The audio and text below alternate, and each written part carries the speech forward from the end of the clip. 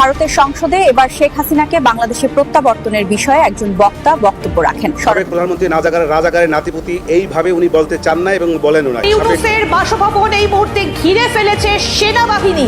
খানিকক্ষণ আগেই আপনাদেরকে সামাজিক মাধ্যমে গুঞ্জন ছড়িয়েছে খুব শীঘ্রই দেশে ফিরতে যাচ্ছেন প্রধানমন্ত্রী শেখ হাসিনা, আর এর আগেই বড়সড় চমক দিয়ে যাচ্ছে আওয়ামী লীগ। এদিকে ডক্টর ইউনূসকে ঘিরে সেনাবাহিনীর পক্ষ থেকে নাকি যুদ্ধ ঘোষণা করা হয়েছে এমন কথা শোনা যাচ্ছে। গুঞ্জন আরও বাড়বে বলে জানা যাচ্ছে। শেখ হাসিনাকে বাধা দিলে সরাসরি ফাঁসি দেওয়া হবে বলে এমনটি জানিয়েছেন সেনাপ্রধান। কেউ বলছে আওয়ামী লীগের নতুন খেলা শুরু, আবার কেউ বলছে দেশের ভবিষ্যৎ রাজনীতির জন্য একটি বড় টার্নিং পয়েন্ট। তবে এত কিছু শোনা গেলেও এই তথ্যগুলোর কোনো সত্যতা প্রমাণ করা যায়নি। প্রিয় দর্শক, আপনার কি মনে হয় শেখ হাসিনা আবার ক্ষমতা আসলে দেশের অবস্থা কোন পথে যাবে তা অবশ্যই জানান কমেন্টে।